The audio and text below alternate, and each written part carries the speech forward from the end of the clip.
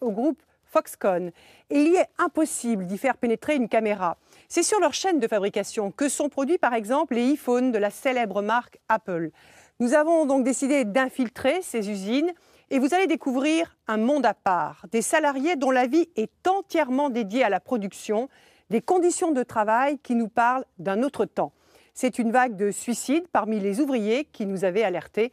Regardez ce document, nous l'avons appelé e-Germinal. Il est signé Anne Poiré pour l'agence Upside. Anne sera sur ce plateau à la fin de son reportage. C'est un jour particulier. Les fidèles d'Apple ont attendu des heures pour acheter le dernier né de la marque, l'iPad mini. Un événement orchestré par Apple dans 34 pays. Ça y est, vous l'avez? Ouais, enfin ça fait le 7e que j'achète, mais c'est pas grave. Le 7e? Oui. Le 3e mot qu'a su dire mon autre petite fille qui a maintenant 3 ans, elle a d'abord su dire maman, puis papa, puis iPad. Elle évoque quoi cette marque? Bon, elle raconte déjà la beauté des objets. Une fête que nous venons gâcher.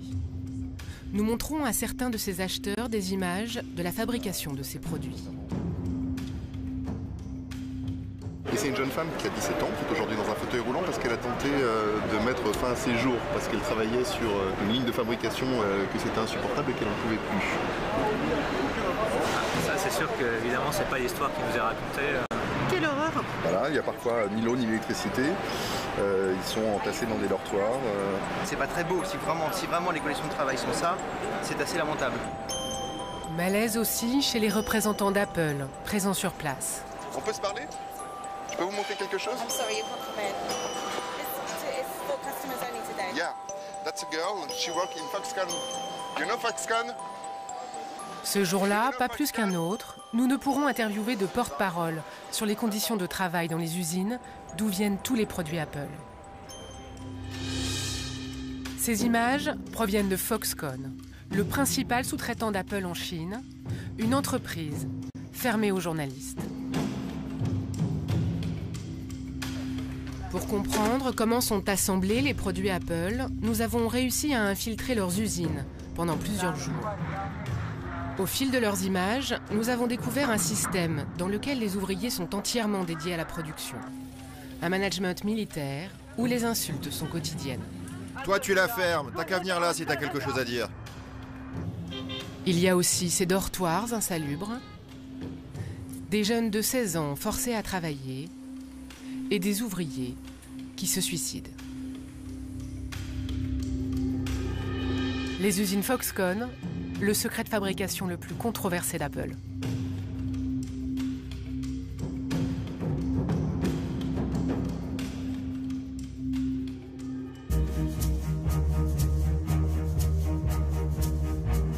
Nous commençons notre enquête à Shenzhen, au sud de la Chine. C'est là que le pouvoir a lancé l'ouverture du pays, il y a 30 ans. C'est là que Foxconn a implanté ses usines. Aujourd'hui, avec 1 400 000 personnes, c'est le premier employeur privé de Chine.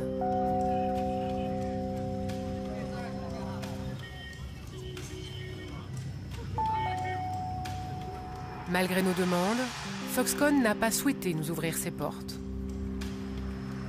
Nous avons décidé de faire embaucher 2 personnes qui acceptent de prendre ce risque, rapporter des images de l'usine historique de l'entreprise. Nous les rencontrons la veille de leur journée de recrutement pour leur confier du matériel de tournage.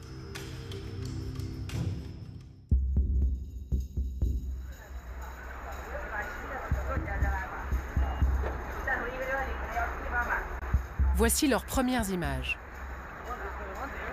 L'intérieur ressemble à une ville. Sur plusieurs hectares, les ateliers de fabrication, où sont assemblés des produits Apple, mais aussi certains gadgets de Hewlett-Packard et Amazon. Il y a aussi ces immenses dortoirs. 250 000 personnes sont employées ici, la plupart venues des provinces les plus pauvres du pays. Beaucoup n'ont même pas 20 ans. Faut lever la main quand j'appelle votre nom.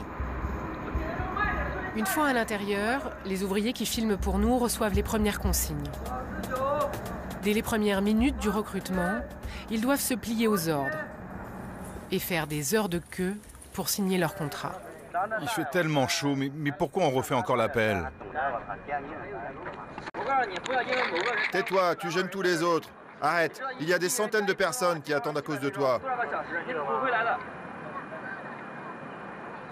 Bon, je reprends. Tout le monde devra se souvenir par cœur de sa place. Tu la fermes toi aussi. Si tu veux parler, tu n'as qu'à venir ici. Au bout de quelques heures, les deux ouvriers qui portent nos caméras nous retrouvent pour nous livrer leurs impressions. Pour obtenir ce contrat qu'ils viennent de signer, ils ont dû se plier à des consignes très strictes. Ça a duré toute la journée. À chaque étape du recrutement, il y a des responsables pour nous donner des ordres, comme à l'armée, en nous parlant assez méchamment.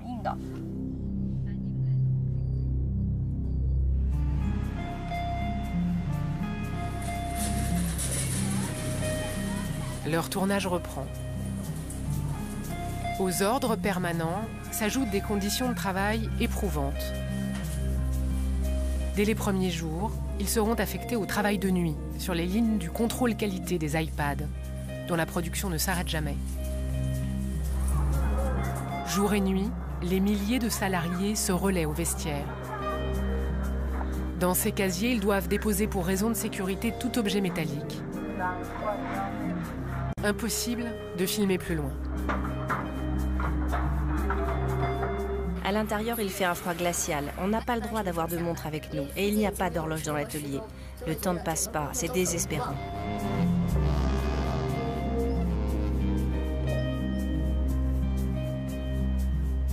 On devait travailler toute la nuit pendant 8 heures et finir à 5 heures le matin. Mais ils ont décidé d'ajouter encore 2 heures supplémentaires. Je dois dire que c'est crevant. On a eu le droit à une seule pause vers 23 heures. Ce qui est le plus fatigant, c'est de tout le temps répéter le même geste. À ces conditions de travail s'ajoute une vie quotidienne difficile.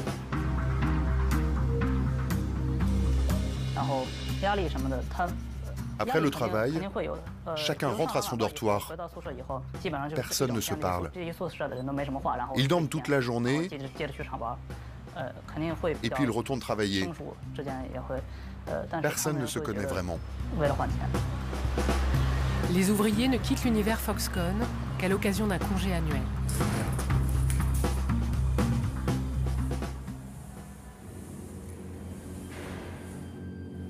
Le reste du temps, ils vivent dans ces immeubles anonymes.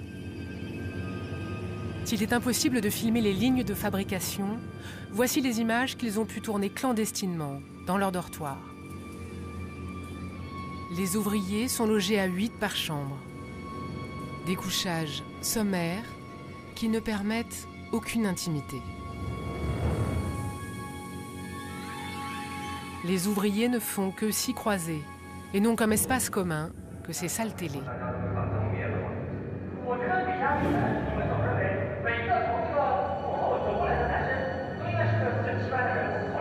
Des employés dédiés à la production qui vivent, dorment et mangent sur place. Voici leur cantine.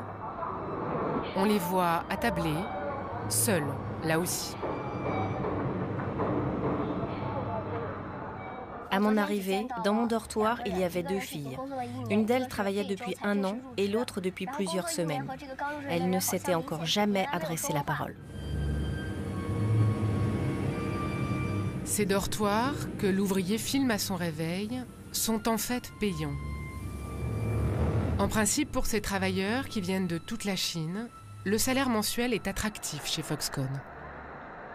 Il est de 220 €, un peu au-dessus du minimum légal à Shenzhen, mais beaucoup plus que dans les provinces dont sont originaires ces ouvriers.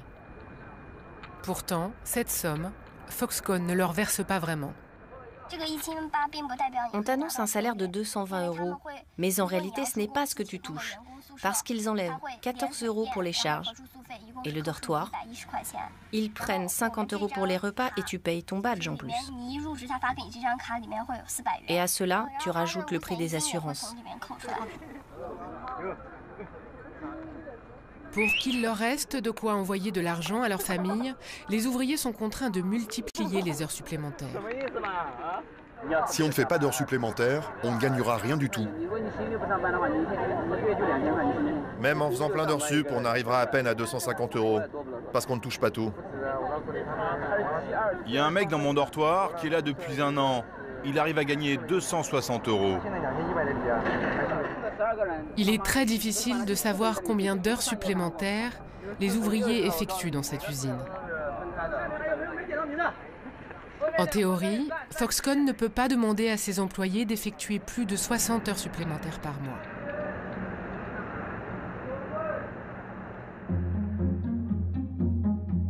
Une vague de suicides a attiré l'attention sur ces conditions de travail. Ici, à Shenzhen, en 5 mois, 14 ouvriers ont mis fin à leur jour il y a 2 ans. Certains en se jetant du haut de leur dortoir. Pour en savoir plus sur ces suicides, nous avions prévu de rencontrer la principale organisation qui enquête sur Foxconn, China Labour Watch. Nous devions les voir à Shenzhen, non loin de l'usine. 1 heure passe, puis toute une journée sans qu'ils se manifestent. L'explication, ils nous la livrent le lendemain, par téléphone. Vers 11h30, 2 heures avant notre rendez-vous, tout à coup, il y a plusieurs policiers en uniforme qui ont fait irruption dans le bureau et qui nous ont demandé de les suivre. Arrivés au poste de police, ils nous ont fouillés et ils ont pris toutes nos affaires. On a été placés en détention pendant des heures. À la fin, ils nous ont explicitement donné l'ordre de ne pas répondre à vos questions. Les suicides chez Foxconn, un dossier sensible que le pouvoir chinois aimerait passer sous silence. Impossible de rencontrer les organisations de défense de travailleurs. Il nous a fallu parcourir des centaines de kilomètres au cœur de la Chine profonde pour retrouver l'une des ouvrières qui ont plongé Foxconn et son client Apple dans la tourmente. Nous sommes dans le Henan, l'une des provinces les plus pauvres au centre du pays, là où Foxconn recrute la plupart de sa main-d'œuvre.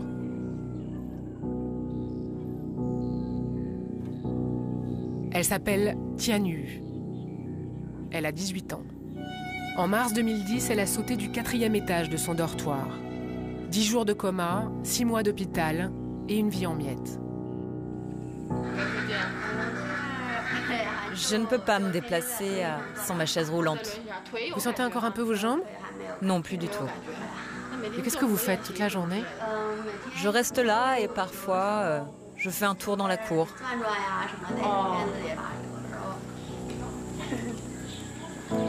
Comme tous les jeunes de son village, Tian Yu était partie à 16 ans, chercher dans la région de Shenzhen de quoi aider ses parents. À ce moment-là, une de mes cousines travaillait là-bas. Elle m'a dit que Foxconn recrutait et j'y suis allée. Est-ce que vous pouvez nous dire ce qui vous a poussé au suicide? Je ne veux plus y penser maintenant. C'est trop triste. Je ne veux plus y penser. Ce que Tian Yu ne veut plus raconter, c'est son père qui nous l'expliquera. 13 heures par jour, elle travaillait au contrôle qualité des produits Apple. Une insulte de trop et elle démissionne. Elle tente alors de toucher son dû. C'était une petite fille de la campagne. Elle n'était jamais sortie de la famille. Il y avait plusieurs stations de bus entre son dortoir et le bureau des paix. Pour toucher ce que Foxconn lui devait, elle faisait des allers-retours. Mais au bout d'un moment, elle n'avait même plus d'argent pour prendre ce bus. Elle a marché tout un après-midi sans succès jusqu'au soir. Elle était vraiment désespérée. À la sortie de l'hôpital, Foxconn lui verse 22 000 €. À peine de quoi payer ses frais de rééducation et ses soins. Ses parents ont vendu le gros de leur bétail et se sont endettés pour l'aider. Foxconn, je ne veux plus entendre ce nom. Nous voulions obtenir une indemnisation, mais ils ont refusé. Ils ont dit que l'entreprise consentait simplement à un geste humanitaire. J'ai beaucoup réfléchi à tout ça. Mais on n'est que des paysans. Eux, c'est une très grande entreprise, dans une très grande ville. On est impuissants face à eux.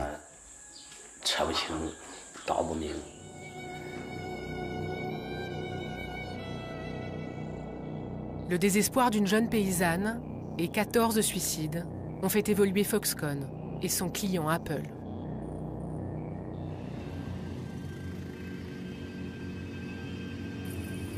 Le changement le plus notable dans l'usine de Shenzhen sont ces filets de sécurité installés il y a quelques mois, à chaque fenêtre de chaque dortoir et à chaque atelier.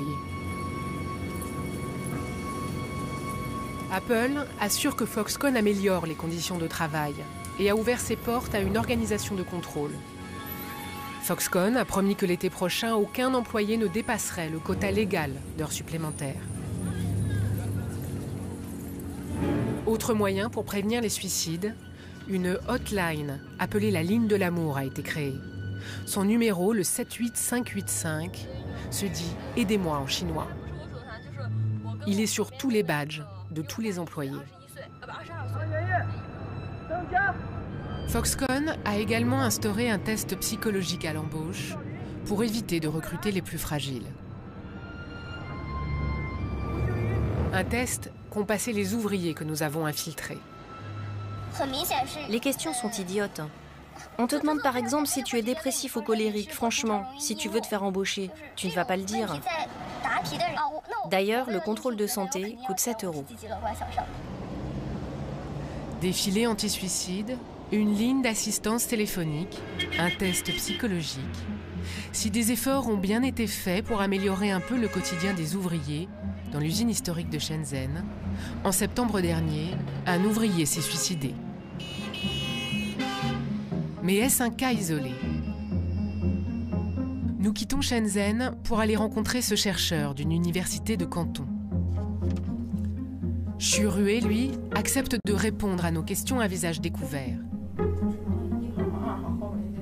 Selon lui, Foxconn a déplacé la pression sur ses ouvriers dans les autres usines que l'entreprise a construites en Chine. En 2010, après la vague de suicides, ils ont accéléré leur délocalisation à l'intérieur de la Chine. Maintenant, ils ont des usines gigantesques dans plein d'endroits. Des émeutes se sont déroulées ici, à Taiyuan, dans la province du Shaanxi. Et il y a eu une grève au moment de la sortie de l'iPhone 5 à Zhengzhou. Cette grève, début octobre, pourtant interdite en Chine, en voici une photo recueillie sur Weibo, le principal réseau social chinois. Sur cette vidéo, datée de fin septembre, une émeute oppose des gardiens de dortoir à des salariés dans l'usine de Taiyuan.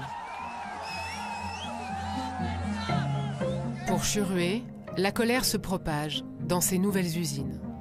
Ce message dit « Rien qu'au mois d'octobre, j'ai fait 150 heures sup ». C'est le contraire de ce que Foxconn affirme aux médias sur le respect des heures légales. Un autre ouvrier dit que ça fait 3 mois qu'il ne s'est pas arrêté une seule journée.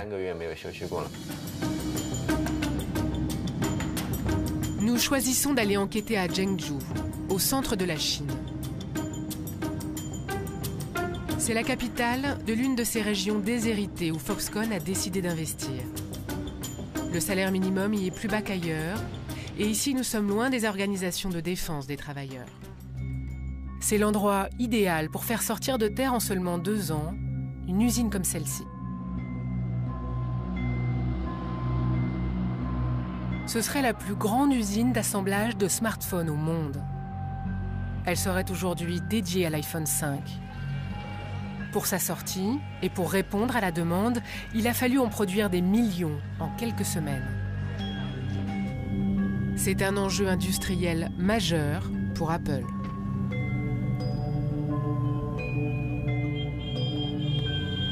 D'autant que le procédé d'assemblage du dernier iPhone est particulièrement délicat.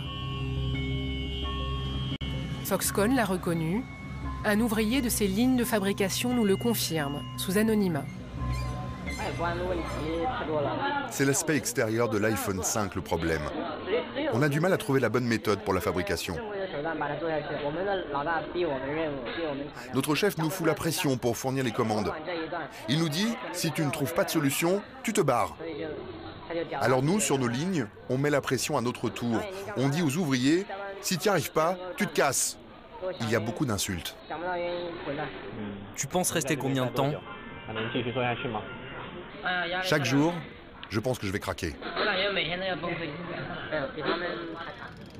Les conditions de travail seraient donc ici pires qu'ailleurs. En octobre dernier, 3 à 4 000 personnes se seraient mises en grève. Foxconn le conteste toujours. Pour répondre à la demande d'Apple et sortir les millions d'iPhone 5, Foxconn a surtout pris du retard pour loger ses 200 000 ouvriers. Les infrastructures ne sont pas terminées. Nous avons également infiltré cette usine. Comme les autres nouveaux arrivants, la personne qui filme pour nous reçoit les consignes des responsables de Foxconn.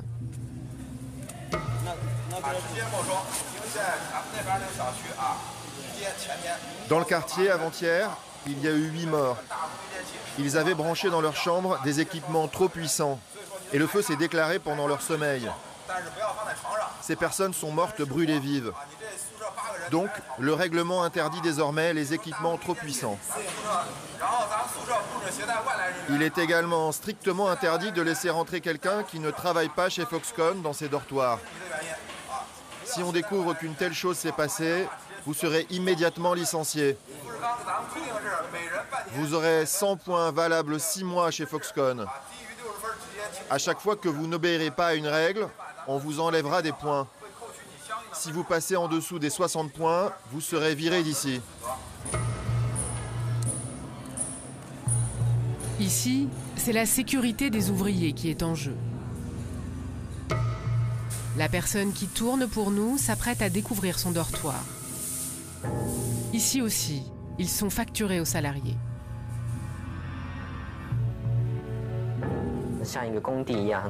L'immeuble n'est pas encore achevé.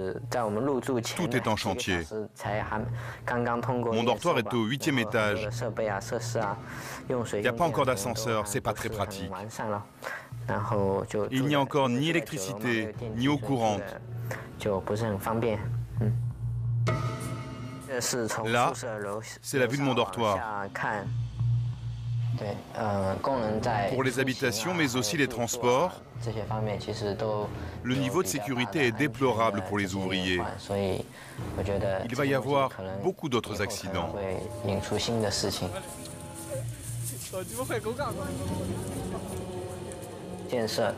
Ça se développe tellement vite que Foxconn et le gouvernement local n'ont pensé qu'à la construction des usines et pas à offrir un cadre de vie convenable pour les travailleurs.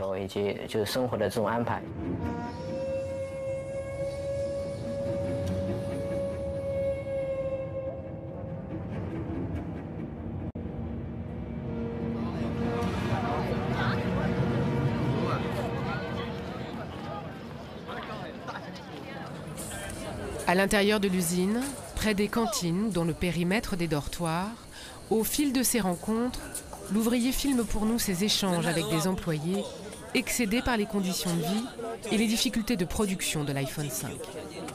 Tous les jours, 300 personnes démissionnent.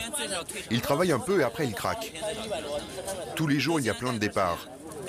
C'est pour ça qu'ils recrutent autant. Moi aussi, je ne peux plus travailler comme ça. Je vais tenir jusqu'à la fin de l'année, et puis après, je me barre. Pour remplacer ces départs et honorer les commandes, toujours plus importantes, les recrutements sont massifs. Le jour où la personne qui filme pour nous se présente à l'embauche, ils étaient près de 2000 personnes à entrer chez Foxconn. Mais c'est encore insuffisant pour l'entreprise. Pour trouver de la main-d'œuvre supplémentaire, Foxconn a recours à d'autres méthodes. L'entreprise ferait appel à des stagiaires, souvent âgés de 16 ans, et pas toujours volontaires. C'est à Pékin que nous rencontrons Yu Fangqiang, directeur d'une association de protection des travailleurs. Il a voulu défendre certains de ces jeunes, révoltés d'avoir été envoyés de force sur les lignes d'assemblage de l'iPhone 5. Pour les écoles, c'est facile d'envoyer des masses de main-d'œuvre. Pour Foxconn, recourir aux stagiaires a plusieurs avantages. C'est moins cher, c'est facile en termes de gestion et ils n'ont pas besoin de les former. En plus, ce sont des contrats de courte durée. Et dans ce cas précis, c'était au moment du lancement de l'iPhone 5. Foxconn n'a eu besoin d'un supplément de main-d'œuvre que quelques mois seulement. Ce recours aux stagiaires est parfaitement légal depuis 2010, comme l'atteste ce document. Le gouvernement demande par exemple aux universités de faire des efforts pour envoyer le maximum de stagiaires dans les entreprises, particulièrement celles qui ont une pénurie de main-d'œuvre. Le document indique aussi qu'il faut que les régions les plus développées du pays alertent les plus pauvres quand leurs entreprises manquent de main-d'œuvre. Ainsi, ces zones pauvres enverront leurs étudiants combler les manques sur les lignes de production. Des étudiants de 16 ans au service d'une politique gouvernementale, une spécificité du modèle économique chinois dont profite Foxconn. Foxconn est tellement puissant que les gouvernements locaux sont prêts à tout pour l'aider. Il y a une connivence étroite. Ils sont très liés. Le recours aux stagiaires est réglementé. Ils doivent être en rapport avec la formation des étudiants. Ces derniers doivent être consentants et ne pas travailler de nuit. Mais le sous-traitant d'Apple respecte-t-il bien cette législation? Nous retournons enquêter à Zhengzhou, là où sont assemblés les iPhone 5. Selon une source interne, les stagiaires seraient ici jusqu'à 15 000, 7% des ouvriers. Foxconn refuse de commenter ce chiffre. Selon Apple, il serait 3 fois moins. Autour de l'usine, ces commerces, construits à la va-vite par des paysans locaux. C'est là que se retrouvent les ouvriers. C'est là que nous allons rencontrer 2 jeunes filles. Nous les interrogeons en caméra cachée. Elles ont 16 ans et sont stagiaires chez Foxconn pour 3 mois. Contrairement à ce que prévoit la loi, elles sont bien ici, contre leur volonté. Vous étudiez la médecine et vous travaillez chez Foxconn, mais pourquoi? Quel rapport? Aucun. On travaille à la chaîne. Mais ce n'est pas en rapport avec vos études? Non, mais c'est l'école qui nous a envoyés ici. D'ailleurs, personne ne voulait venir, mais les professeurs nous ont dit que c'était obligatoire. Mais vous travaillez de jour ou de nuit? On fait les deux. Et comment vous vous sentez?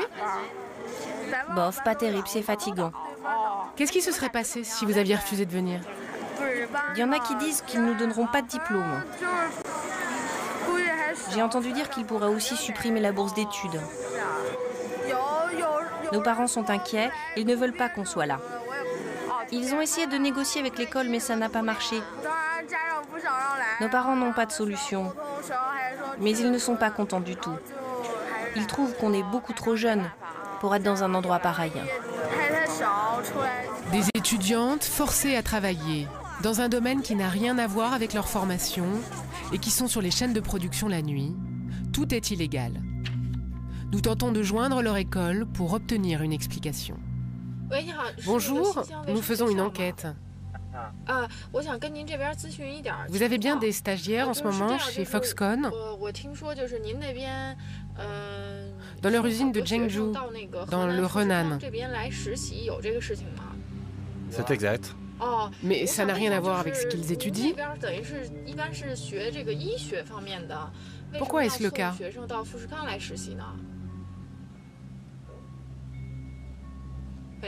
Il faudrait que vous contactiez le service de communication.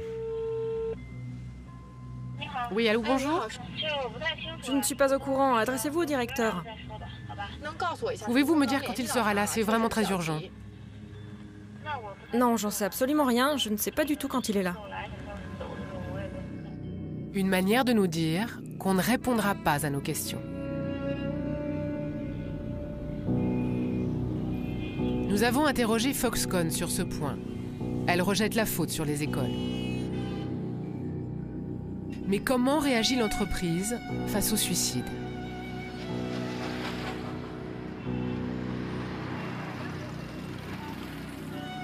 Durant notre tournage, nous apprenons qu'un employé de 22 ans vient de se suicider. Justement ici, à Zhengzhou. Il travaillait sur les lignes de fabrication de la carte mère de l'iPhone 5. La famille a protesté devant l'usine.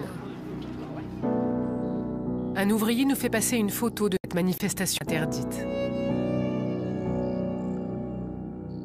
Le lendemain, nous parvenons à joindre le frère par téléphone. Il s'est pendu juste à côté de l'usine. Depuis combien de temps votre frère travaillait là-bas ? Mon frère travaillait dans l'usine de Foxconn depuis plus d'1 an. Selon sa famille, ce sont les conditions de travail qui sont en cause. Il m'avait parlé des pressions qu'il subissait. Avant de se suicider la veille, il m'a appelé. Il m'a dit qu'il n'en pouvait plus et qu'il voulait démissionner, mais l'usine ne le laissait pas partir. Je ne sais pas pourquoi.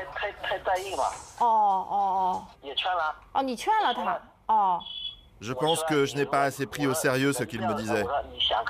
J'avais essayé de le consoler. Je lui ai dit de ne pas trop y penser. On ne peut pas le faire revivre.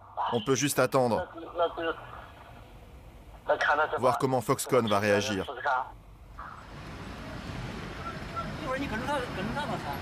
Trois jours plus tard, nous rencontrons la famille. Elle se prépare dans le centre-ville pour aller manifester devant les usines Foxconn.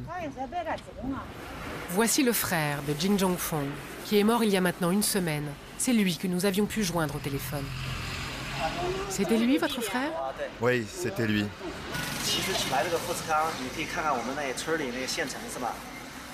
Il était venu travailler chez Foxconn parce qu'au village, il y a des offres d'emploi partout. La propagande dit que les conditions de travail y sont très bonnes et que tout ira bien. Avec son père, il exige de Foxconn une indemnisation. Ils ont convié plusieurs médias chinois. Aucun ne s'est déplacé. Juste avant l'heure fixée pour la manifestation, l'entreprise rappelle le père. Il part pour une ultime médiation. Quelques instants plus tard, celui-ci appelle son fils. Allô, papa ? Comment avancent les négociations ? Qu'est-ce qu'on fait alors ? On va plus à l'usine manifester ? Jing Chaofeng apprend que selon le contrat signé par son frère, Foxconn est dégagé de toute responsabilité en cas de comportement excessif. Le suicide en fait partie. Par ailleurs, son frère a laissé une lettre. Il y raconte les pressions au quotidien, mais également des douleurs d'enfance. La famille est maintenant convaincue qu'un tribunal rejettera leur plainte en cas de procédure. On ne peut plus rien faire, peu importe si on manifeste ou pas. Il n'y a que les riches qui ont du pouvoir. Non, ce sont les règles de l'entreprise. Mais ces règles, ce ne sont pas les lois. Ce sont leurs règles et nous devons obéir. On ne peut plus rien faire.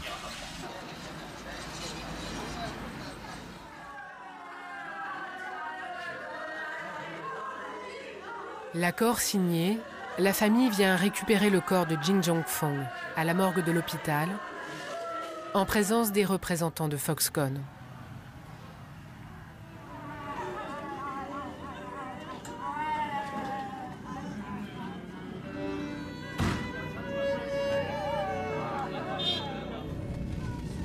Foxconn a consenti à un geste. 2 500 € d'indemnisation et un solde de tout compte.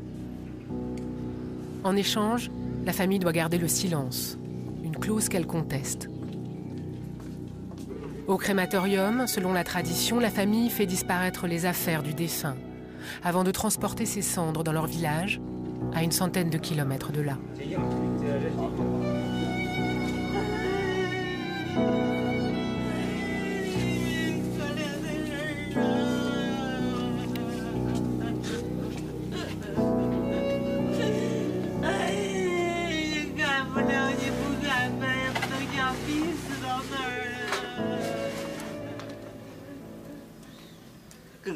Tout est injuste depuis le début.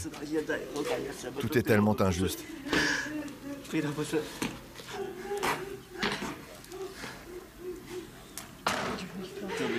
Ce matin, je suis allé récupérer ses affaires à son dortoir.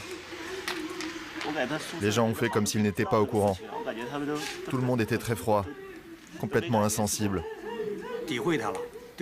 Si Foxconn trouve qu'on les diffame, si on dit du mal d'eux, ils ont dit qu'ils ne nous donneraient pas l'argent. Mais c'est quoi ces règles-là? Et la liberté d'expression alors? Ça n'existe pas?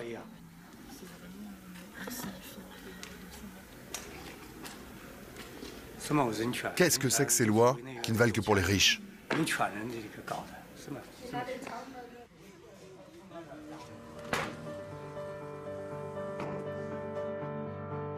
Nous avons interrogé Foxconn. Dans leur réponse, l'entreprise dit ne pas être au courant de ce nouveau suicide. Rien de tel ne se serait produit sur leur installation. Il y a un mois, Foxconn a annoncé qu'1 million de robots remplaceraient les ouvriers chinois d'ici 2 ans. Sollicité, Apple ne nous a répondu que par mail et de façon imprécise. En préambule, la firme américaine indique que ses sous-traitants sont tenus d'offrir à leurs employés les conditions de travail les plus sûres, le respect et la dignité.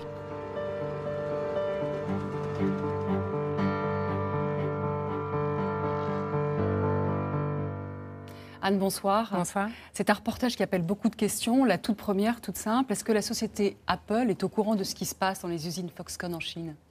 Apple ne peut pas ignorer ce qui se passe pour la bonne raison qu'ils publient eux-mêmes sur leur site internet un rapport tous les ans qui est actualisé très régulièrement sur les conditions de travail et les violations de droits de l'homme et des règlements internes du code de travail chez ces sous-traitants. Donc ils ont des retours d'informations et ils sont forcément au courant de ce qui se passe.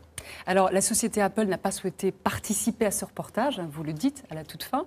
En revanche, ils vous ont fait une réponse par mail.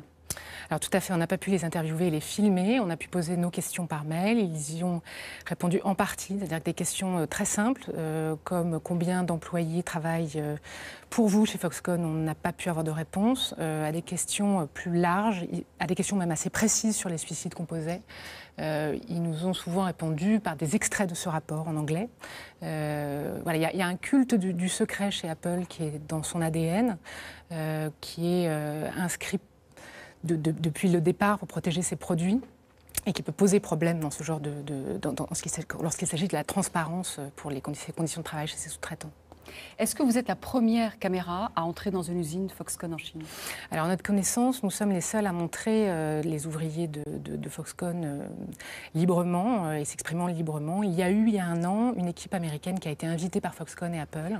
Suite au changement que Foxconn avait fait après la vague de suicides. Suite au changement et suite à des articles parus aux États-Unis extrêmement négatifs pour l'image de marque d'Apple et de Foxconn. Donc, cette équipe américaine a été invitée à passer quelques heures, quelques jours chez Foxconn dans l'usine de Shenzhen. Comme vous avez pu le voir, c'est celle qui pose... Les problèmes les plus graves sont ailleurs, encadrés par des équipes, par les communicants de Foxconn. Alors, ça c'est une chose, c'est la partie officielle. Des Chinois s'infiltrent dans les usines, des journalistes chinois, des activistes s'infiltrent depuis quelques mois, se font embaucher pour sortir des informations et faire des rapports, pour faire connaître les conditions de travail dans ces usines. Ce qui est très surprenant dans votre reportage, ce sont ces voix qu'on entend qui s'élèvent pour dénoncer les conditions de travail des ouvriers chez Foxconn, les salaires, mais aussi pour contester le peu de liberté d'expression. Quelque chose est en train de changer, vous avez l'impression, dans le monde du travail en Chine ? On a pu effectivement, vous avez vu dans le reportage, des activistes, des représentants d'ONG s'exprimer face caméra pour dénoncer ce qui se passe. Il y a effectivement des gens qui ont voulu prendre le risque de porter nos caméras pour montrer, parce que pour eux c'est important que l'extérieur, les gens à l'extérieur de la Chine soit au courant de ce qui se passe dans ces usines. Probablement, le public chinois est le plus sévère sur les méthodes Foxconn. C'est quelque chose qui choque beaucoup. Il y a des enquêtes qui sortent régulièrement en Chine pour dénoncer ce qui se passe, y compris dans les usines Samsung. Il y a des journalistes et des organismes qui se sont infiltrés aussi dans les usines Samsung pour dénoncer aussi les conditions de travail chez le concurrent d'Apple. Donc quelque chose est en train de changer, vous pensez? Probablement. Merci Anne. Et avant de nous quitter, un coup de projecteur sur le dernier album photo de Reporters sans frontières qui sort justement aujourd'hui. C'est le photographe Sam Shaw qui signe cette fois-ci cet album avec entre autres des photos très célèbres de Marilyn Monroe. Les recettes de la vente de cet album serviront notamment à financer des actions pour défendre des journalistes emprisonnés